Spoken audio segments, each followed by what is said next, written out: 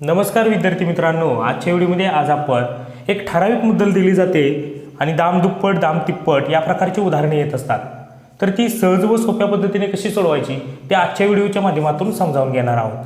पहा, एका मुद्दलाचे दसादसे 10% दराने दाम दुप्पट होण्यास किती वर्षे लागतील.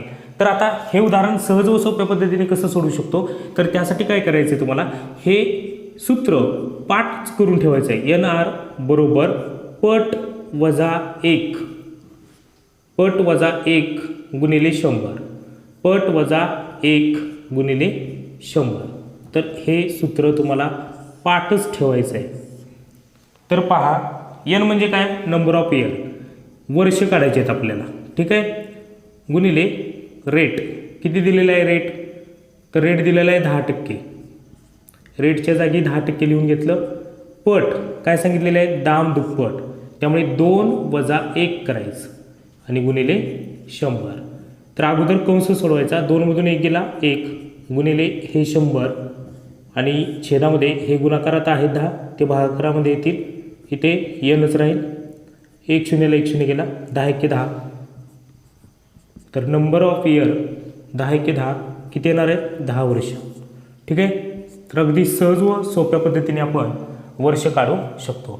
तर अशा पद्धतीची उदाहरणे येतात. इथे दाम दुप्पट आहे, तिथे दाम तिप्पट, त्याचबरोबर दाम 5 पट 7 पट 2.5 पट 1.5 पट या प्रकारची उदाहरणे येतात. पाहूयात अजून एक प्रश्न. पहा, हा प्रश्न, एका मुद्दलाचे दसादसे 8% दराने दाम तिप्पट होण्यास किती वर्ष लागतील. तर आता वर्ष लागतील, त्यामुळे आपल्याला रेट दिलेला असतो 8%, N गुणिले 8 बरोबर पट किती आहे, दाम तिप्पट म्हटलेला आहे, त्यामुळे 3 वजा 1 करायचं आणि गुणिले 100. तर इथे मुद्दल दिलेली नसते, लक्षात ठेवा. जर मुद्दल दिली नसेल आणि दाम तिप्पट दाम दुप्पट अशा प्रकारचे प्रश्न येत असतील तर हे सूत्र आपल्याला वापरायचं आहे. 3 वजा 1 दोन्ही 2 गुणिले 100 आणि छेदामध्ये काय जातील 8. इथे नंबर ऑफ इयर. आता पहा, भाग देऊयात आपण. बे कबे बे चौक 8, 4 ने वरती भाग दिला, 4 दुनी 8, पुन्हा किती राहतील, 2 राहतील, हा 0, 4 पंचे 20. तर किती येणार आहेत वर्ष, 25 वर्ष. दाम तिप्पट होण्यास 25 वर्ष लागतील. अगदी सहज व सोप्या पद्धतीने आपल्याला या प्रकारची उदाहरणे सोडवता येतील. पाहूयात अजून एक प्रश्न. एका मुद्दलाचे दसादसे 15% दराने 2.5 पट होण्यास किती वर्ष लागतील. आता इथे आपल्याला दर दिलेला आहे 15%, त्यामुळे 15% लिहून घ्यायचे. त्याचबरोबर कंसात पट किती आहे, 2.5 पट, त्यामुळे 2.5 वजा 1 गुणिले 100. आता 2.5 मधून 1 गेला, किती राहिलं मग, 1.5 गुणिले 100 आणि छेदामध्ये काय येणार आहे 15. आता एक घर सरकून डावीकडे पॉईंट आहे अंशामध्ये, त्यामुळे 1 शून्य छेदामध्ये वाढवा, त्यामुळे हा पॉईंट निघून जाईल. आता पहा, 1 शून्यला 1 शून्य गेला आणि या 15ला हे 15 गेले, तर उरलं फक्त 10. तर नंबर ऑफ इयर्समध्ये काय येणार आहे, 10 वर्ष, ठीक आहे. एका मुद्दलाचे दसादसे 15% दराने 2.5 पट होण्यास 10 वर्ष लागतील. एका मुद्दलाचे दसादसे 10% दराने 6 पट होण्यास किती वर्ष लागतील. तर पहा, दर दिलेला आहे आता 10 गुणिले वर्ष बरोबर पट किती आहे, 6 पट, त्यामुळे 6 वजा 1 घ्यायचे आणि गुणिले 100. 6 मधून 1 गेला 5, 5 गुणिले 100 आणि छेदामध्ये हे गुणाकारात आहे 10, ते छेदामध्ये येतील. 1 शून्यला 1 शून्य गेला, 5 10 50.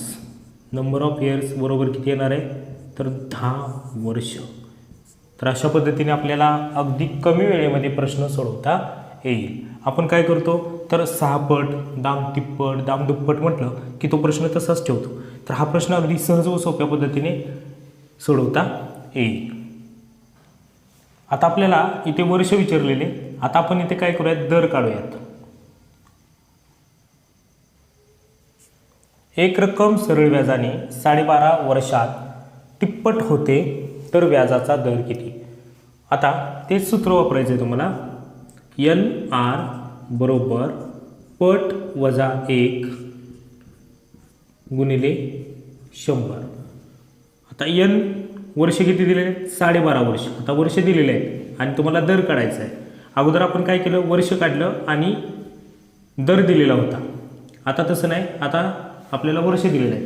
12.5 दराने आपण असं लिहू शकतो 12.5 गुणिले r बरोबर पट किती आहे? तिप्पट 3 वजा 1 गुणिले 100. 3 मधून 1 गेला 2, 2 गुणिले 100 आणि छेदामध्ये काय येणार आहे? 12.5. इथे काय राहील? r. आता एक घर सरकून छेदामध्ये पॉईंट आहे डावीकडे, तर 1 0 तुम्हाला अंशामध्ये वाढवायचं, त्यामुळे हा पॉईंट निघून जाईल. या पॉईंटचा काही संबंध राहणार नाही. आता आपण भाग देऊयात. 25 5 125, 25 चोक 100 आणि हा 0, पुन्हा 5 1 5, 85 40. 8 गुणिले 2 राहिलं. r बरोबर 2 गुणिले 8, 8 दुनी 16. तर रेट किती आलेला आहे? 16%. ठीक आहे.